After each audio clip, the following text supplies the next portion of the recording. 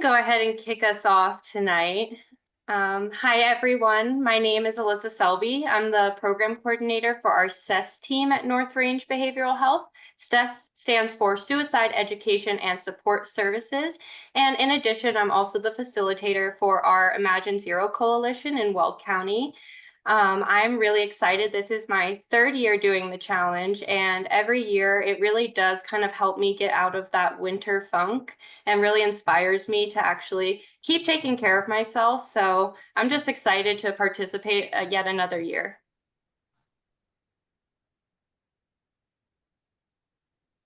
Thanks, Alyssa, for sharing. Anybody else?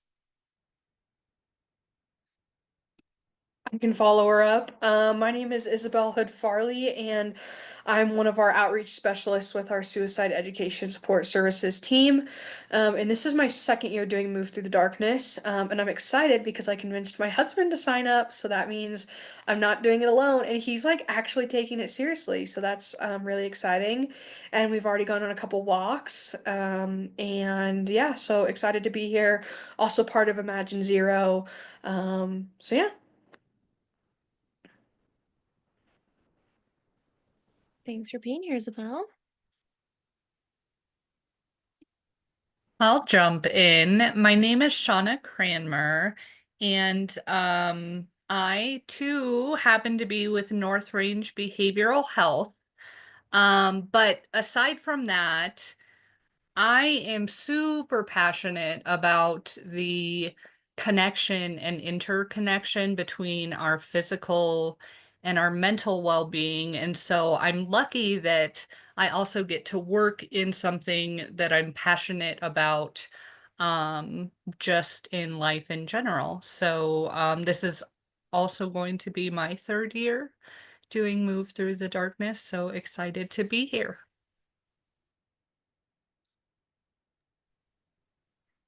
Great. Hello and good evening. My name is Deanne Zolke, pronouns she, hers, and I work for the Alliance for Suicide Prevention in Larimer County. And I also have been a member of the Imagine Zero Weld County Coalition for about 5 years when it first started. And I'll be presenting a little bit later tonight about grief in the holidays. So I'm really excited about that. And I'm excited to be mine started. And I'll be presenting a little bit later tonight about. For some reason it's echoing. I don't know if you guys are getting that feedback. It's weird. Yes, you're getting it? No? Keep going. Did it go away? It went away. Yeah, all of a sudden it came in. So sorry about that, but I'm excited to be here talking with everyone and seeing where this year's Move Through the Darkness goes.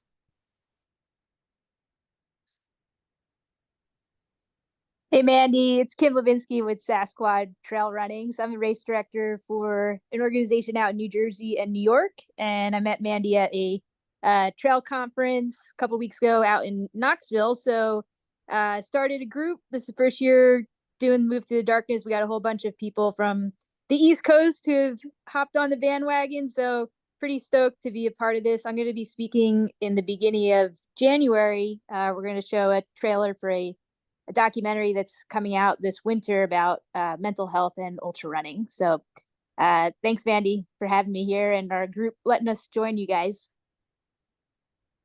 Thank you so much for hopping on. We cannot wait to hear from you and watch the trailer. I was lucky enough to see the trailer. Gosh, it feels like last month, but it's been a couple months now, maybe? I don't know. Time flies. Yeah, back in October, but it does seem like last week. Well, thank you for hopping on. We're so excited that you shared this, and we can't wait to hear from you too. All right, anyone else want to say hello before we really get going? We'll take one more minute for introductions. Hi, everybody. My name is Cecily. I am Andy's sister. So I have participated in this every year and have had a new team every year, which is super fun to get to introduce new people to this challenge. And I just really love it. I love to move my body solely for my mind. The body benefits are great, but really just for my mind. So I really love doing this in a time where focus is all over the place with holidays. It's just a good way to stay kind of on it and have something else sort of driving you. So Happy to be here. Welcome, Cecily. All right, you guys. Well, we're gonna go ahead and get things going here. I'm gonna see if I can. So I'm live streaming on Facebook. I'm live streaming on Instagram. And this is my first time doing it. So if anyone out there in the world is laughing at me because it's not perfectly streamed, that's because it's my first time live streaming from Instagram and trying to record something on Zoom. So if you're a tech pro and you want to help me out with that, feel free to jump in. But I will go ahead and get going here with, let's see here. I'm going to go with changing my view. I'm just really trying to get you to be able to see me for just 1 second. It's not working. Anyways, I really wanted to introduce this challenge and why we're doing what we're doing. So this is our 3rd year with Move Through the Darkness, and this challenge came out of just basically a collaboration between North Range Behavioral Health and Imagine Zero of Weld County and several other community organizations to talk about the importance of movement, not just in the winter months, but year round, but specifically that there's a time between December 1st and the end of January where we see a decline in physical exercise, a decline in community and collaboration, an increase in mental health diagnoses, in seasonal affective disorder, in suicide rates, sadly, and social isolation. And a lot of times, especially here in Colorado, where we're at, we stop getting outside and moving early in the morning because the sun comes up later, and we stop getting outside and moving in the evening because it gets darker earlier and it's cold. And that's not just happening here in Colorado, it's happening all around the place. And so really this was, how do we come together as a community and encourage one another to stay active through this time and also start talking about the things that happen during these months. So while some of us see the winter months and holidays as being really joyful and we're full of celebration and family and friends, not everyone has that. This can bring about a time of sadness and loneliness and isolation. And maybe we're dealing with some things in our personal lives or our family lives, or maybe we don't have family nearby or have family at all. You know, these are things that we don't talk about enough. So really, this challenge is aimed at us coming together, whether you need the motivation or not, whether you face anxiety, depression, mental health diagnoses or not. This is a way for us to just kind of come together and normalize all of it. And I really like to emphasize that a lot of people that have signed up for this challenge do maybe need the motivation to get out and move for 5, 10, 20, 30 minutes, an hour a day. A lot of people also might not need that motivation. And I think it's even more important for those people that don't need that motivation to show up for this challenge, to be a guide, be a reflection for others who might need it, and to be an influence for people who need that. And more importantly, for us to have the discussions surrounding what this challenge is all about, right? For us to normalize, it's okay to feel sad, it's okay to feel depressed, it's okay to feel lonely, it's okay to talk about those things. Even I know I have a lot of runners here that are watching this feed right now, and a lot of athletes and a lot of people that are really active. And it's really easy, and I talk about this from a personal experience too. It's really easy for people to look at us who are active every day and who might get up and run early in the morning, even when it's cold outside, or be active throughout the entirety of the year. It's easy to look at people like that and think they've got it all together. They don't have any issues. They're not sad. They're not depressed. They're not lonely. And that's oftentimes not the case.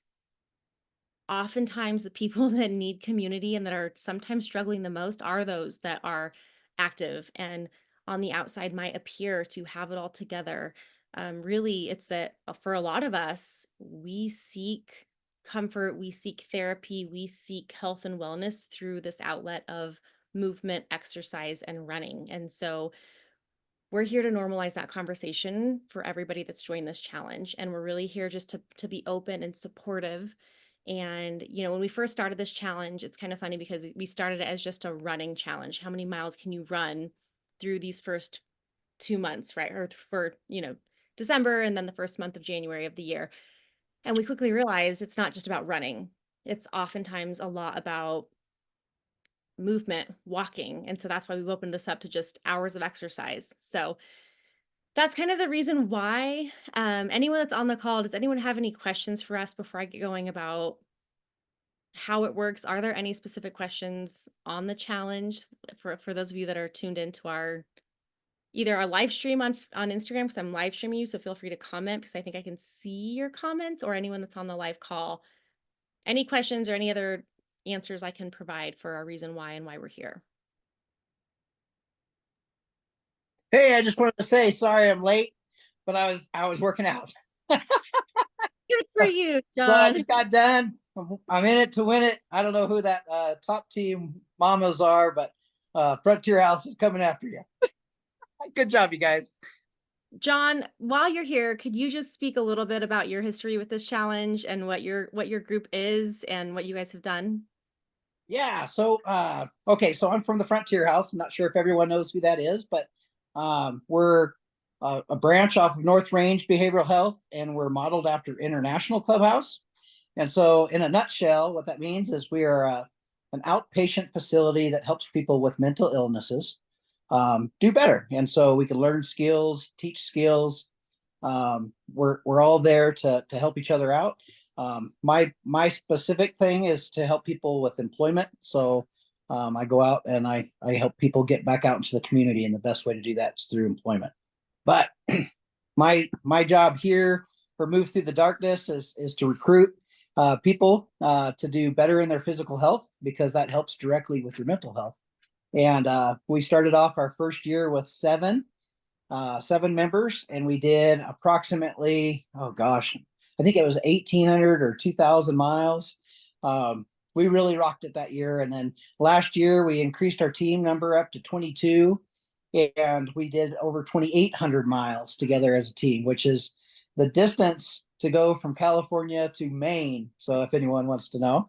And this year I think we're up to 26 on our team right now. So we've grown. I've reached out to other clubhouses, because there's about 360 clubhouses worldwide. And so I reached out to a couple of them throughout the United States. And so the whole purpose of this is to not challenge against each other, but to encourage each other. And so we do group texts, and I find that is the most motivating thing to do, because when you have your team members going, "Woo, I just finished, a couple miles," or, I just finished a 30-minute walk. It's hard to sit and just be like, "Ah, man, I guess I better get up there and do that." So it does encourage you to do it with teams. Have someone to have your back, to push you. And it's just for that. You're pushing yourself, but you're having a team member to motivate you, not to go against. So I love it. It's a great challenge. I love it. Thank you so much for sharing that, John. You guys have been incredible partners, and it's really awesome to see the different demographics this challenge can reach. Just like the Frontier House, again, zero barrier. The more that we can do, the more we can spread this word. I did have a comment on the Instagram live feed that I want to address. See, Chad Run just commented that running can be therapeutic, but running more is not therapy, and you cannot run from your problems. And that's exactly why we're having this challenge, because you cannot run from your problems. I am also a certified run coach. I just want to throw that out there. So I do know that running can also be another form of addiction. That is something that run coaches, we actually talk about on the back end of run coaching a lot, that we can trade one addiction for another. So that is exactly, Chad, why we're having this conversation, is that we want to connect people with resources beyond just running, because we can't just go outside and run for hours and hours and hours and run through our problems. Yes, absolutely.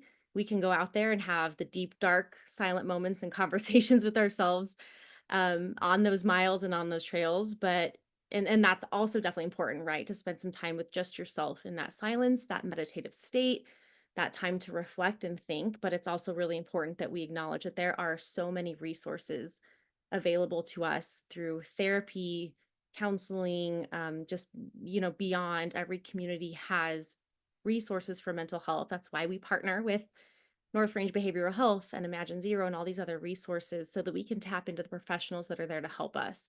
And it's also really just to normalize that. Like, it is okay to ask for help. so many of us in here do seek help, should seek help. You know, it's part of our normal lives, and that's just the conversation that we're trying to have. So Chad, thank you for saying that. Yeah, we're not trying to run away from our problems here. We are trying to connect the dots between mental, emotional, and physical well-being and all of the realms and the resources that is, because it's a puzzle, right? It's not just a one thing is going to fix all of the things. There's a holistic approach to taking care of our whole well-being. And we just want to make sure that movement has a place in that conversation, because we're humans, we were born to move. Our ancestors, you know, hunted and gathered as they collected food, and that's, you know, that's how they live their lives. And the physical movement piece of it sadly gets a little bit lost in today's world. And so we're not going to go super deep into the woods there, but we just want to make sure that that's part of our conversation of how we live and how we take care of one another. So I'm going to get off that soapbox for a second. And that is also why I'm going to just, that seems like a really good transition. And I'm going to pass it on probably to Alyssa from North Range. And we're going to start talking more about that side of things and why we're here. Yeah, that sounds great. Thanks for passing it over, Mandy. Today I really just kind of want to open up just the topic of wellness in the winter and around the holidays, and especially mental wellness, and kind of connect that to our why to the Move Through the Darkness Challenge. And I just kind of want to open up some different types of struggles that are common around the holidays and the winter months. And kind of elaborate on some of them. So one I want to start with is social isolation, because it's a more and more prevalent problem that we're seeing. Actually, just last year in 2023, the US Surgeon General issued a health advisory that was stating that loneliness and social isolation are a national epidemic, and they're seriously impacting our health. So they've called on all communities to respond. So that's one way that we're really combating this isolation, is through the Move Through the Darkness Challenge. It was created to really encourage people to support their well-being through physical activity, but also really support that social connection. It creates community around building skills and habits that have a positive impact on our mental, physical, and overall well-being, especially during those winter months. So as we've kind of been talking about in the beginning, many of us, whether we have a history of mental health challenges or struggles or not, a lot of times we do feel a sense of loneliness creep up on us out of nowhere during the winter. A lot of times when it's cold and when it's dark, it can make socializing a lot more difficult and less appealing. And like Mandy said in the beginning, sometimes holidays can be challenging for folks, or family dynamics can be complicated. And so at the very least, many of us do tend to decrease our exercise and our socialization during these times. So that really impacts our mental, physical, and overall health in a variety of ways. So kind of starting with our mental health, we know that social isolation increases the risk of anxiety, depression, and suicidal ideation. Moving from mental health to brain health. So our mental health is sometimes we think about more of that emotional well-being, but our actual physical brain health. We know that social isolation can lead to poorer cognitive function and an increased risk of dementia. It also impacts our physical health, increasing our risk of high blood pressure, heart disease, stroke, type 2 diabetes, weakening our immune system, as well as other health issues like disrupting sleep, which obviously is going to impact many other areas of your life as well. Interestingly, studies have shown that social isolation has about the equivalent effect on your physical health as smoking 15 cigarettes a day. So I want to give you a little better picture of why should we care about this. I want to talk about the benefits.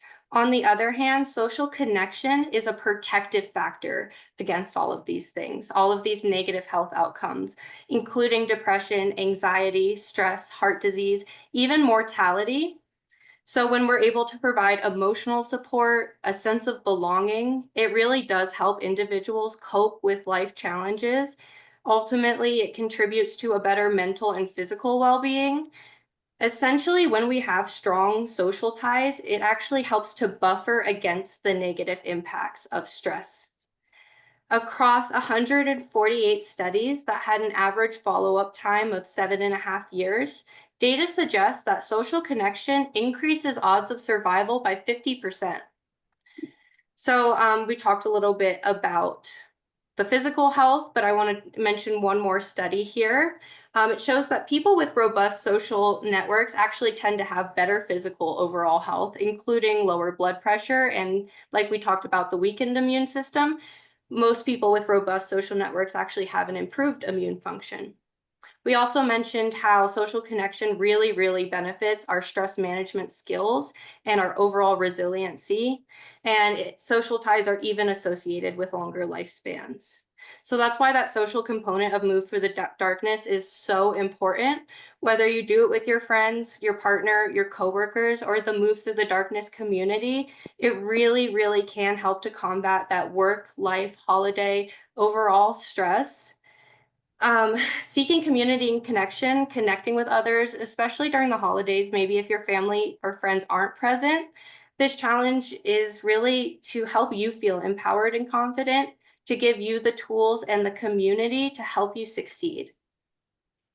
So kind of transitioning a little bit, another really common reason that people often speak of holiday or winter blues as it gets colder and darker and that gloomy weather starts to kick in.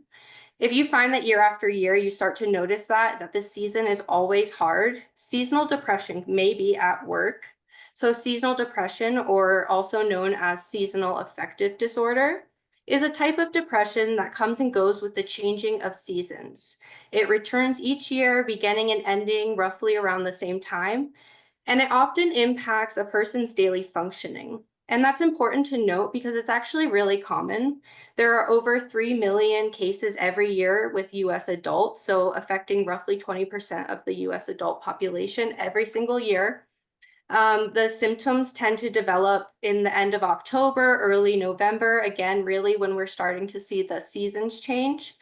And these symptoms last 4 to 5 months of the year, so a pretty significant amount of time.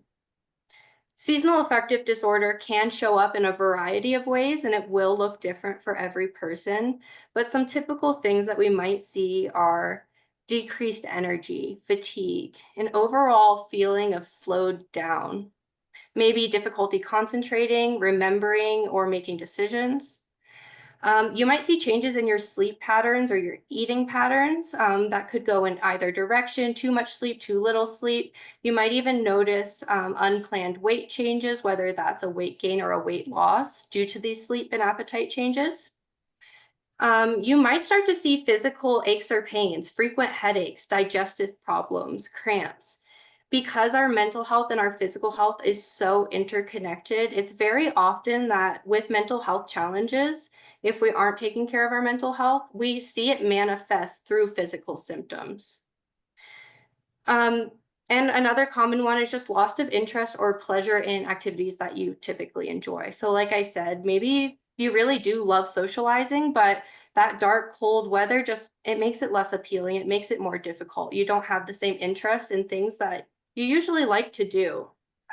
Specifically, we like to look at this because seasonal affective disorder does last nearly 40% of the year. And so long-lasting symptoms of depression can be a contributing risk factor for suicide. So it is something that we always want to kind of take note of when we're seeing these signs and symptoms with ourselves or with friends or family.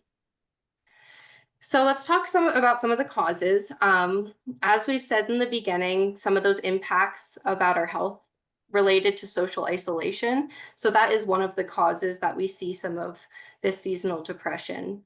Another is related to that decrease in physical activity. But really the main contributing factor behind seasonal affective disorder is an overall decreased exposure to sunlight in the winter. So our mental health is really impacted by the amount of sunlight that we receive.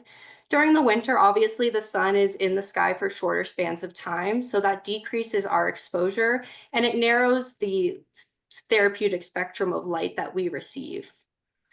This can leave people feeling starved for sunlight.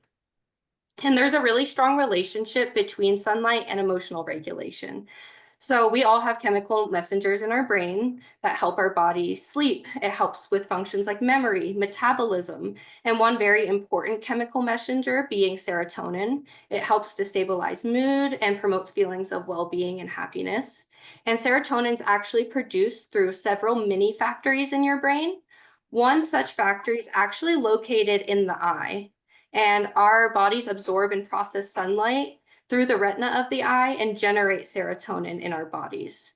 Some folks may be more dependent on that retina serotonin than other folks, and that can put them at a greater risk for seasonal depression when the times do change. And when it comes to that lack of sunlight, it also tends to change our circadian rhythm, so our body's 24-hour internal clock, and that reduced level of sunlight tends to disrupt our sleep. And again, that's going to really impact our overall well-being in a variety of areas. So to kind of transition one more time here, I want to talk about our mental and our physical health and really tie it back into why we participate in Move Through the Darkness and why that physical and mental connection is so important. Our physical activity really does help to improve your mood, and we know that boosting our physical health really boosts our mental health as well. Like I've been saying, there's a really powerful connection between movement and emotional well-being. So when we prioritize wellness, it actually really can help combat seasonal affective disorder. Implementing healthy habits around nutrition, around sleep, exercise, stress reduction, and really focusing on your overall health, your physical health.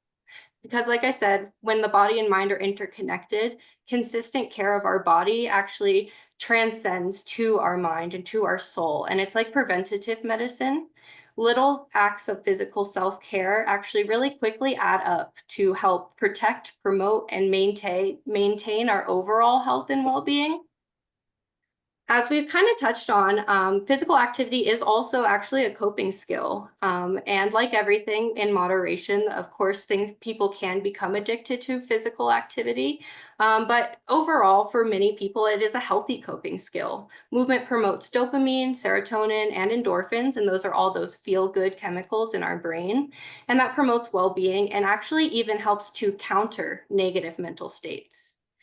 It also, when we regularly exercise, it leads to higher levels of circulating dopamine and more available dopamine receptors. So it's expanding our opportunity. And exercise also helps you sleep better, which we've been touching on is really essential for every area of your life's health, but especially your mental health and your physical health.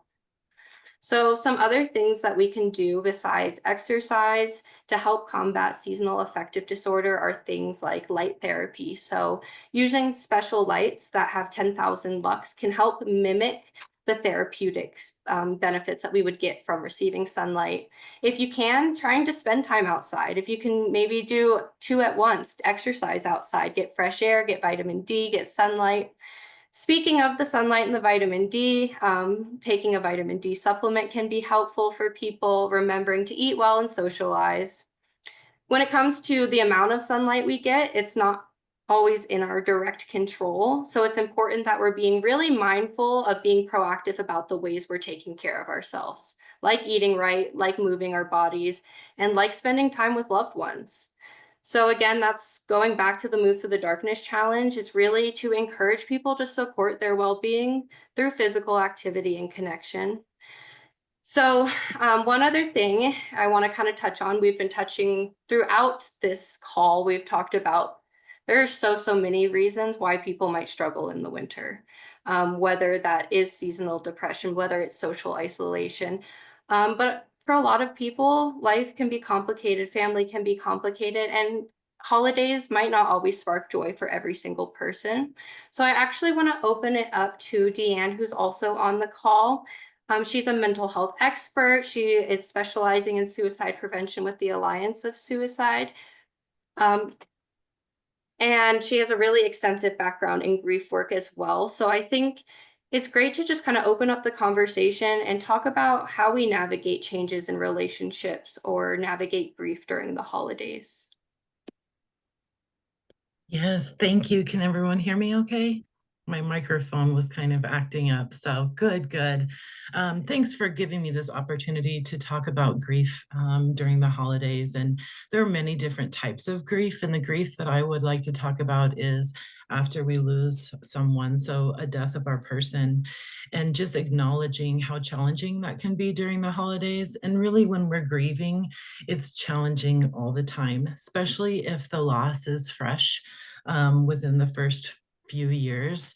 The holidays can just kind of magnify it because it's usually often a time of joy where we're together with others.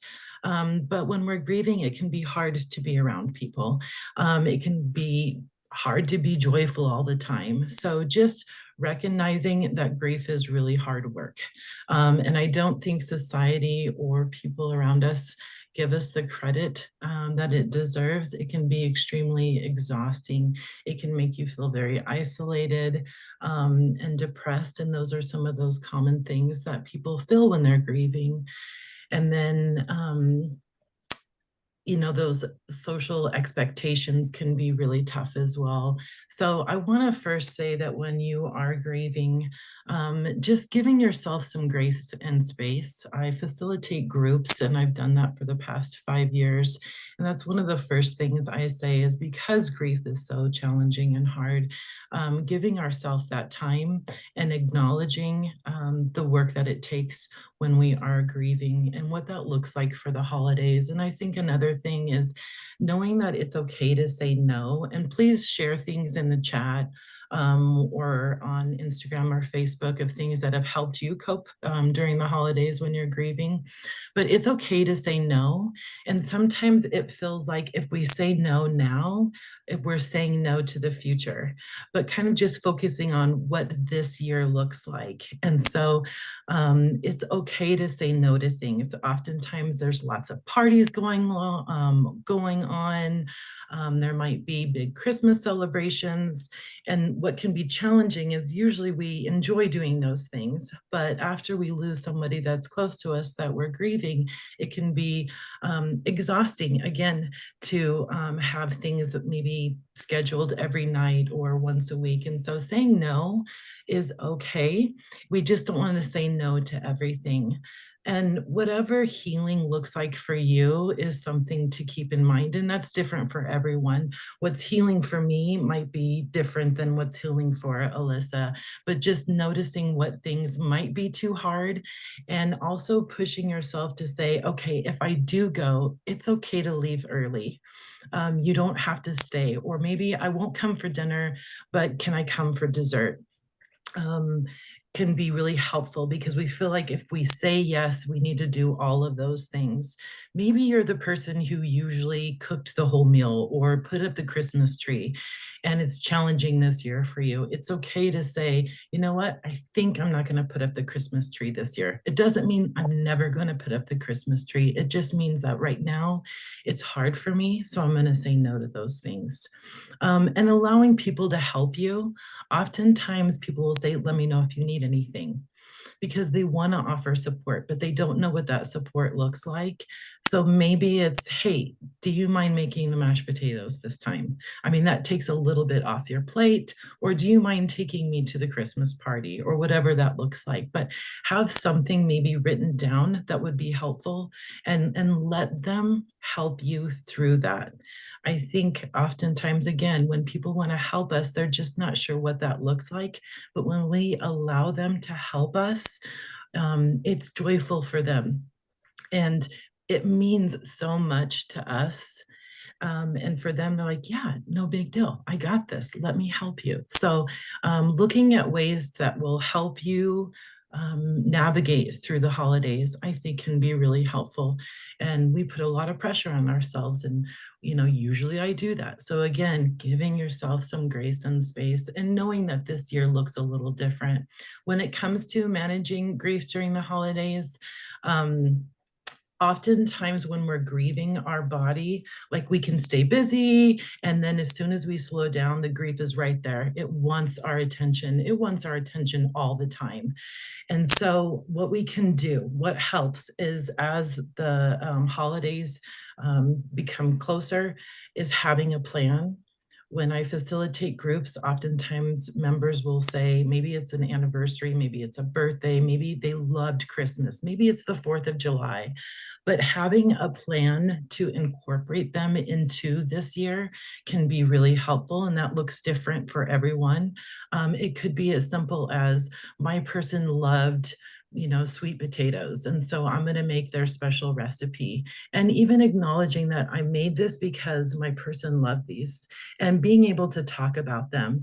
I think one of the hardest parts about grief is oftentimes people don't want to upset us, so they don't talk about our person when really our person's on our mind all the time. So saying their name, getting a gift, maybe and it's an ornament, writing a letter, all these different things, whether it's big or small, can really help.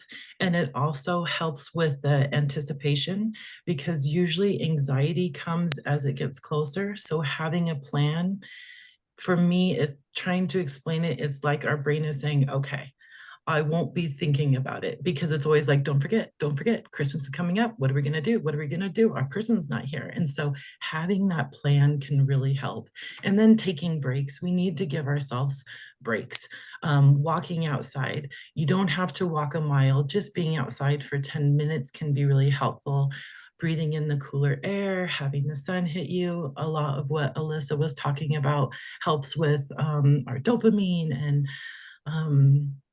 raising a little bit of that joy in our life that oftentimes when we're grieving feels very low.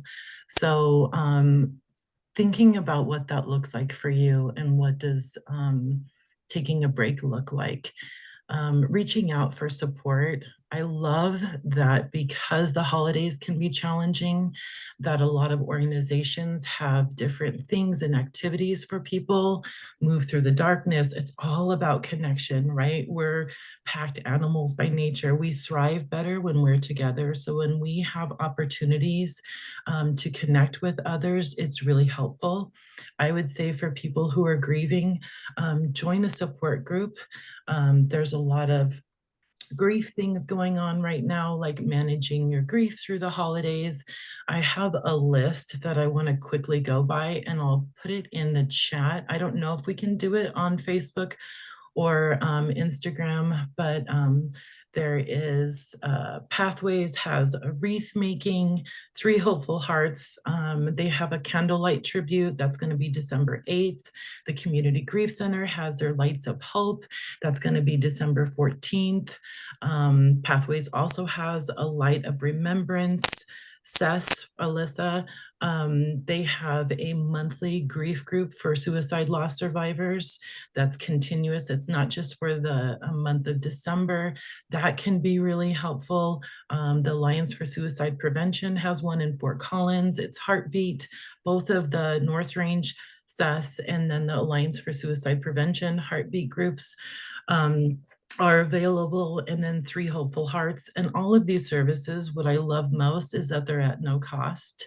So you don't have to worry about it, and you can connect with people.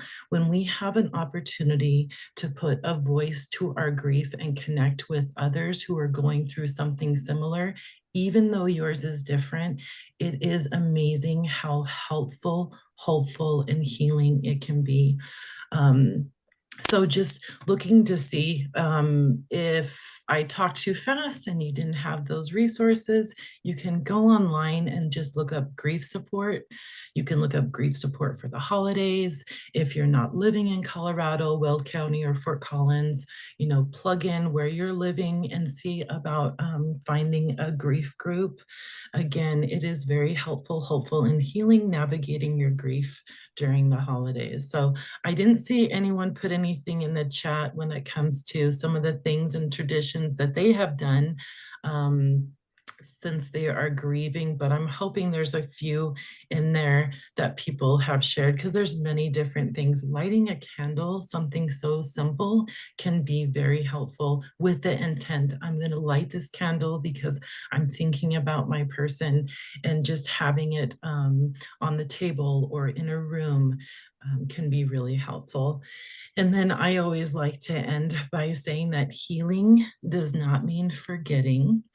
And I remember Mitchell. So I hope that even though this was very quick, it normalized some of the feelings that you might be going through, and also maybe some of the coping skills that you can do, or some of the new traditions that you can create that will incorporate your person. Does anyone have any questions or comments?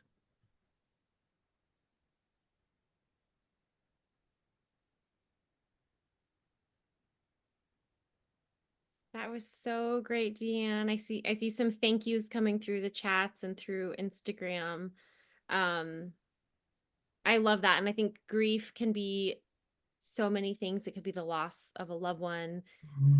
It can be grieving through just a hard time. You know, I had a conversation too. So when we talk about like the social part, this is a little bit talking about grief, but I think I loved what you said about it's okay to say no. It's okay to step away from something that seems overwhelming. So I actually had a gift exchange with my girlfriends this morning, and we had a few girlfriends who were going through just a crazy hard time in life. Like things were just very overwhelming with, they're all small business owners and kids, and things can just get hard. And for a little bit, a few of them were like, I have to take a step back from the social things because it just seems overwhelming and too much. And today we had a conversation about like, but let's not forget to reinvite. Let's not forget to reach back out. Like it's okay to let friends take a step back and say, I need a break and I need some personal space and I actually can't do all of the things because it feels overwhelming and like too much. But as friends and coworkers and family, like let's not forget to reach back out to those people and just touch in, and not that they have to feel obligated or pressured to come back into that social scene, but just to be reminded that they're wanted and loved and invited.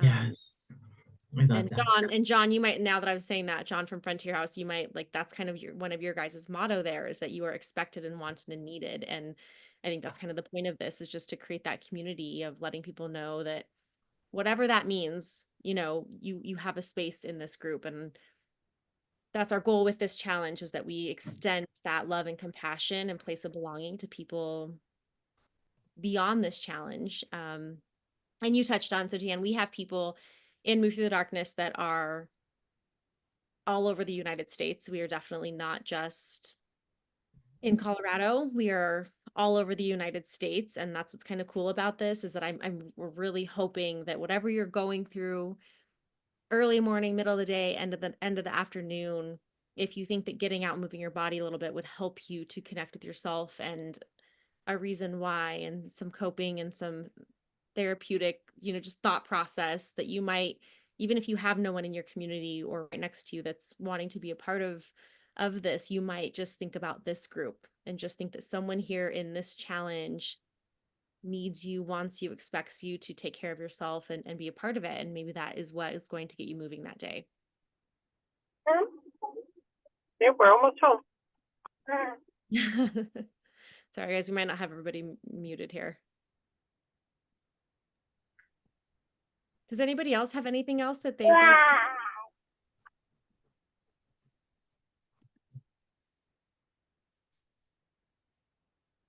I've got everybody on live now, so if you guys have your video showing, you are saying hello to the world. I haven't quite figured out how to master the video settings of all of this. So I was just going to talk a little bit about getting your challenge going and logging your miles. Did anyone on the call have any specific questions about that and how this actually works? I was having an issue logging hours as of 2 days ago, but then today I went in and it works now. So so far no issues logging any hours or anything like that. So Okay, awesome. Well, I'm actually going to share my screen with everybody. Let's see here if I can get to Move Through the Darkness. So this is the website. If you guys have not joined Move Through the Darkness, it's movethrough.org is the website. And registration is still open. So if you are watching our live and you haven't joined this challenge, it is a challenge to walk, run, or exercise a certain number of hours or miles from December 1st through the end of January. It's free, zero barrier. We are accepting donations. The donations and sponsorships simply help us to cover the cost of the finisher beanie and shirt that all of our participants receive at the end of the challenge. Everyone that is putting on the challenge on the back end is strictly volunteering their time for this. So we are really no overhead, essentially, just the shirt and the beanie to kind of get people motivated. So when you sign up, you get to pick a beanie or a shirt, or you can choose for no giveaway if you just want to do this challenge and not receive anything. You can also elect to have your beanie or your shirt mailed to you and pay a $10 shipping charge. So that's kind of the basis of how that works. You can sign up individually or as teams. And so you just pick your distance here or your hours of activity. So anywhere from 100 miles to over 400 miles individually or as a team. Again, you have 2 months to do it, so don't get freaked out. It's pretty quick. You have 2 months to finish all of it. And then physical activity is 25 hours up to 390 plus. So sky's the limit. Really, this isn't super competitive. This is really just aimed at getting us all out and moving. When you're signing up a team, you can add multiple people to your team if you have a family team or your work friends or family, like whatever it might be. Doesn't really matter. Same thing with the running or the walking. Physical activity can be literally anything. So if you play pickleball or CrossFit or yoga, whatever it might be, just it's intentional physical activity. It can't really be steps. It needs to be, kind of set time that you're setting out to work out in some capacity. And then we just ask that if you're signing up for the running or walking, you're just logging strictly running or walking. So one big question we always get is biking. Biking goes into the physical activity. Once you sign up, you are going to go to the submit activity on the website. So you're just going to click that button, and then it's going to give you a box up here that says submit virtual results. You can see here that we already have people that have submitted a lot of results here in different categories, and you'll see a drop down here that shows you the different categories. So you can see who's kind of in the lead for running or walking or physical activity, both individually and as teams. But you'll go to submit virtual results and look up your participant, your personal name, first and last name, or you can search by your email address, date of birth, find your registration, and from there it's going to allow you to log your miles or hours of exercise. There's also Andy, I don't think we can see your screen. Oh, you can't see my screen? Oh, shoot. Well, sorry, guys. Well, that's okay. I should have done that for you. Everyone on Instagram can see my screen, so Okay. that's my bad. But if you go to Move Through the Darkness, that was kind of what I was alluding to. All of that is on the screen there. So if you guys have any questions, just feel free to reach out to us. That's kind of it. It's pretty simple. There's a video on the website as well that tells you how to log your hours. How many people are signed up? I think we are at, last I checked, it was like 480 or something. I think we were close to 500. That's awesome. So we're getting close to 600, I think was kind of the goal. Yeah. But feel free to keep sharing. We do not close registration. Last year, I think we had people signing up all the way through the middle of January. So please keep sharing this with your family and friends. And we're trying to raise money for Imagine Zero. Some of the proceeds also go back to Windsor Gives and help some of our initiatives throughout the year. And we'll keep having these calls. So we've got a call once a week. You guys can see the call schedule on the website, and we'll also send it out through the emails every week as well. Do I have any other questions? Questions, comments?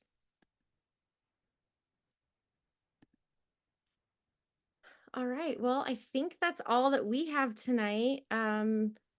SES team, North Range, everyone that contributed tonight, thank you so much for your time. We're excited to get going and start to see those those results. Thank you. All right, you're welcome, you guys. I'm gonna hop off and we're gonna save this recording. It'll go onto our YouTube. I'll send it out to all the participants. And so if you have someone on your team that was not able to watch tonight and you think could benefit from some of the resources and information we shared, just make sure to let them know that it's going to be recorded. We'll post it online as well as send it out in an email. All right, thanks everybody.